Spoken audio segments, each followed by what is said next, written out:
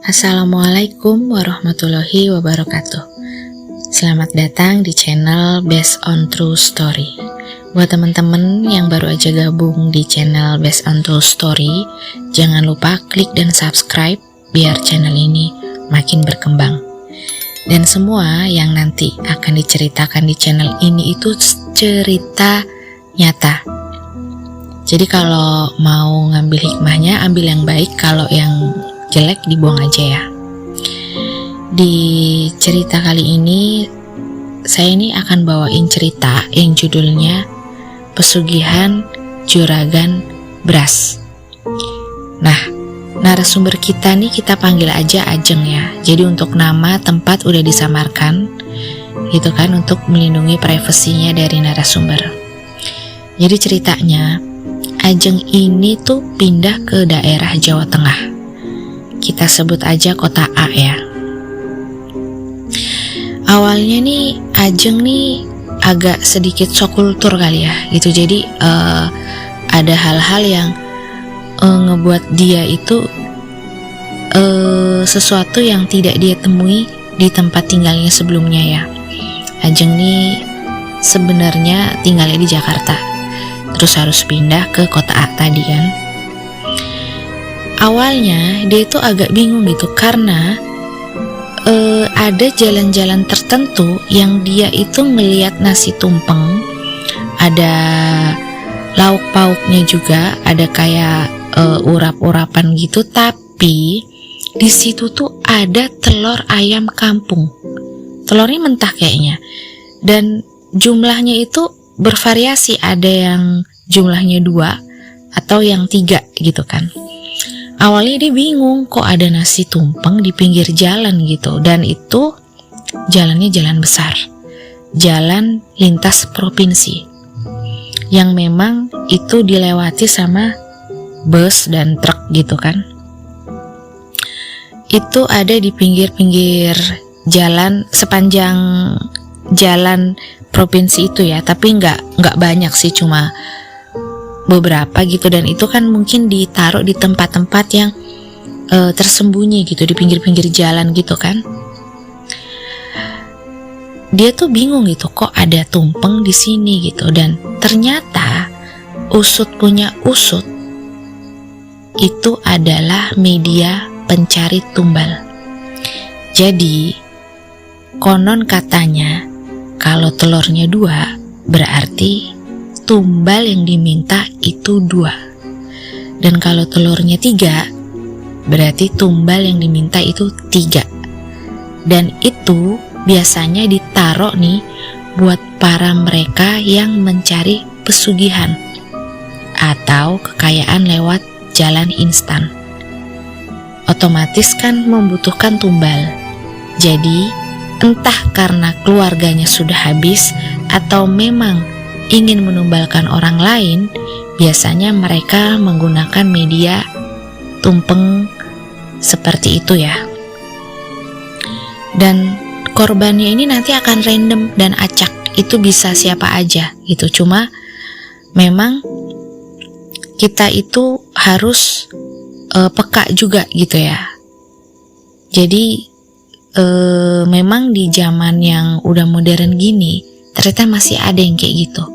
Dan Ajeng sendiri juga sering bilang di daerahnya dia itu bukan cuma nasi tumpeng dengan sayur dan lauk dan telur ayam kampung mentah tadi, tapi bunga mawar.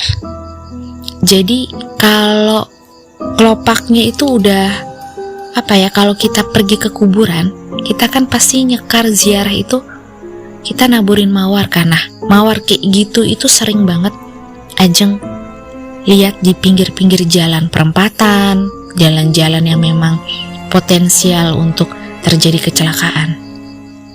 Dan usut punya usut, bunga-bunga setaman itu juga merupakan media mereka untuk mencari tumbal. Konon katanya orang yang pertama kali nginjek itu adalah tumbal pertama. Tapi itu kan Allahu alam ya. Tapi memang biasanya nih jalan-jalan yang memang ada bunganya, ada kayak tumpengnya, itu memang langganan kecelakaan. Dan jalan yang dilalui Ajeng tadi, itu kecelakaan itu bisa terjadi seminggu tuh beberapa kali. Dan udah bisa dipastikan orang yang meninggal di tempat itu akan meninggal secara mendadak. Dan meninggalnya tuh tragis. Dan rata-rata mereka itu kalau nggak ketabrak bus, ketabrak truk. Dan waktunya tuh bervariasi. Ada yang mungkin sore, malam, atau mungkin subuh. Dan maaf nih ya, dan mungkin jasadnya sendiri juga dalam kondisi yang kurang baik ya gitu. Dan itu udah bukan rahasia umum buat masyarakat di sekitar ya. Nah, buat Ajeng sendiri itu juga dijadikan kayak suatu alarm untuk lebih hati-hati kalau keluar rumah atau kalau pingin pergi ke tempat tertentu kan. Nah, pada suatu sore ada kejadian nih. Waktu itu arus lalu lintas tuh sebenarnya juga nggak rame-rame banget, lancar lah ya, normal. Dan juga nggak yang sepi-sepi banget, biasa aja gitu, normal pada umumnya jalan lintas provinsi kan. Tapi di sore itu ada kecelakaan, yaitu cowok nih naik motor. Entah gimana ceritanya, tiba-tiba dia itu ketabrak truk. Otomatis masyarakat sekitar kan kaget dong. Siapa nih yang kecelakaan kan? Dilihat ternyata pemuda lah ya, dengan kondisi motornya yang udah ringsek sih. Pas dicek sama warga itu, pemuda itu mungkin dalam kondisi sekarat ya, belum meninggal gitu, karena masih ada denyut nadinya itu yang berdenyut tapi kondisinya lemah. Sambil menunggu pertolongan kan, sambil nunggu ambulan datang, kok nggak datang-datang. Tanpa sengaja itu ada bapak-bapak, kita panggil aja namanya Pak Jono. Pak Jono otomatis berhenti dong, karena kan memang kondisi jalanan jadi macet. Kenapa nih, kok macet gitu? Berhentilah Pak Jono ini kan. Begitu dilihat ada orang kecelakaan, Pak Jono nih ceritanya pengen tahu, kenapa nih kok bisa kecelakaan? Karena Pak Jono ini kan sebenarnya seorang spiritual nih, yang memang ngerti hal-hal goib yang memang gak semua orang tahu. Begitu dicek sama Pak Jono, kayaknya ada yang gak wajar nih sama pemuda ini, gitu kan. Dan Pak Jono itu kelihatan kayak berdoa gitulah ya. Terus dia pergi di sekitaran kecelakaan itu dan tangannya tuh ngeraba-raba. Dan akhirnya dia menemukan telur ayam kampung ditanam di dalam tanah kan. Nah, buat orang yang ngerti kan, kenapa nih kok nyari telur ayam kampung gitu? Ternyata memang ada yang minta tumbal di situ, dan pemilik dari pesugihan itu memang menanam telur itu untuk mencari tumbal gitu kan. Nah, singkatnya nih cowok nih, pemuda ini kan yang mau dijadiin tumbal. Dengan sedikit ritual, Pak Jono ini kayak berdoa sambil komat kamit. Nggak tahu kan lagi ngapain nih Pak Jono kan, karena nggak banyak yang ngerti gitu. Sampai akhirnya entah kenapa tiba-tiba korban ini, pemuda ini tuh sadar. Kayak apa ya, dia sadar gitu tapi masih dalam kondisi yang lemes gitu kan. Dan dia cerita kayak ditarik-tarik sama sosok yang badannya besar. Singkat cerita nih, Pak Jono nih netralisir. Jadi telur-telur ayam kampung yang dia temuin itu dibawa sama dia. Ya, dia melakukan kayak penyisiran singkat ya, atau mungkin dia kayak ngebuang energi-energi negatif gitu, biar tempat itu tuh nggak jadi tempat yang yang auranya gelap, jadi sering banget kecelakaan. Nah, setelah pemuda itu sadar, tapi bukan dalam kondisi yang sehat juga, pemuda itu tuh ya masih dalam kondisi yang memang habis tabrakan sama truk, terus dibawa sama warga ke rumah sakit terdekat kan, dan Pak Jono itu juga masih ada di situ. Kelihatannya sih beliau sedang ritual, yaitu ritual pembersihan ya, dari hawa-hawa negatif itu. Selang beberapa hari, kurang lebih kalau nggak salah 1 minggu setelah kejadian pemuda itu kecelakaan, tapi kan selamat nih, artinya kan nggak jadi mati, itu dapat kabar kalau si juragan beras ini itu kecelakaan sama istrinya ketika sedang mengendarai motor. Jadi nggak tahu gimana ceritanya. Emang juragan beras ini awalnya juga bukan orang yang berada ya.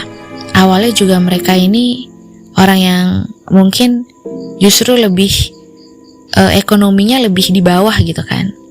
Cuma narasumber sendiri kan nggak terlalu detail berapa jumlah keluarganya dan latar belakangnya. Cuma memang si juragan beras ini kerjaannya itu kan emang datang ke petani-petani yang lagi panen, dan mereka beli semua hasil panennya, nanti baru dijual lagi tuh sama mereka kan, entah ke pasar, entah mungkin punya langganan-langganan. Sejak kejadian itu, seminggu setelah pemuda itu selamat, terjadilah hal-hal yang membuat itu semua orang kaget karena terlalu mendadak gitu. Jadi si juragan beras ini ngalamin kecelakaan. Mereka berdua lagi naik motor. Itu ketika ada belokan, tikungan itu entah gimana, entah sopir truknya juga nggak ngeliat, atau si juragan beras ini juga nggak ngeliat, jadilah kecelakaan. Duer, nggak usah ditanya lagi, meninggal di tempat.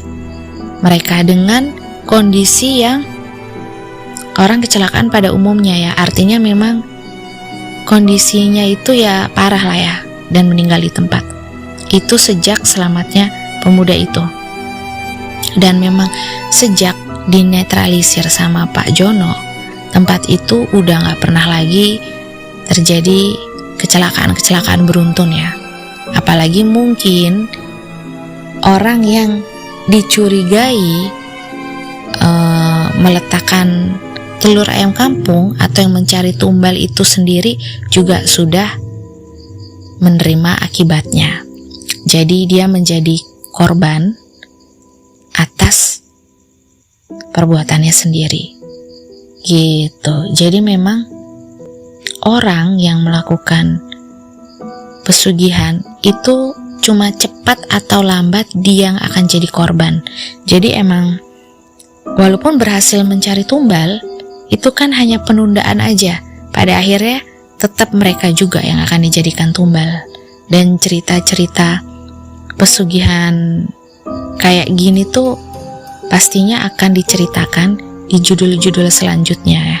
Dan ini nyata karena nanti Ajeng sendiri juga punya cerita nih, narasumber, kalau dia sendiri juga dan keluarganya hampir jadi korban tumbal pesugihan juga gitu. Jadi memang di lingkungan tempatnya Ajeng di Jawa Tengah ini, saya nggak bisa bilang ya itu nama kotanya apa gitu. Cuma memang buat orang yang punya kelebihan spiritual itu ternyata sekelilingnya Ajeng tuh banyak banget yang pakai kayak gitu kan. Jadi ya memang agak-agak ngeri gitu. Jadi kalau serba salah, kalau terima makanan dari tetangga nanti habis itu sakit, itu bukan hal yang aneh ya di tempat tinggalnya Ajeng gitu. Jadi memang benar-benar harus waspada banget gitu. Nah, setelah itu, setelah meninggalnya juragan beras ini, memang masih ada hal-hal yang ganjil tapi bagi keluarga mereka ya gitu kan, bukan untuk hal-hal kecelakaan yang terjadi lagi gitu. Memang udah nggak ada lagi, dan mudah-mudahan bisa diambil hikmahnya buat teman-teman yang dengar cerita ini, kalau hidup itu cuma sekali, jadi nggak perlulah kita terlalu serakah, terlalu menginginkan sesuatu yang memang itu diambil dengan cara yang salah, apalagi sampai mengorbankan orang-orang yang tidak bersalah. Karena narasumber Ajeng sendiri nih, ketika dia pernah pulang malam melewati jalur-jalur yang memang terjadi kecelakaan ini, itu dia pernah diikutin sama sosok yang mungkin ini ya salah satu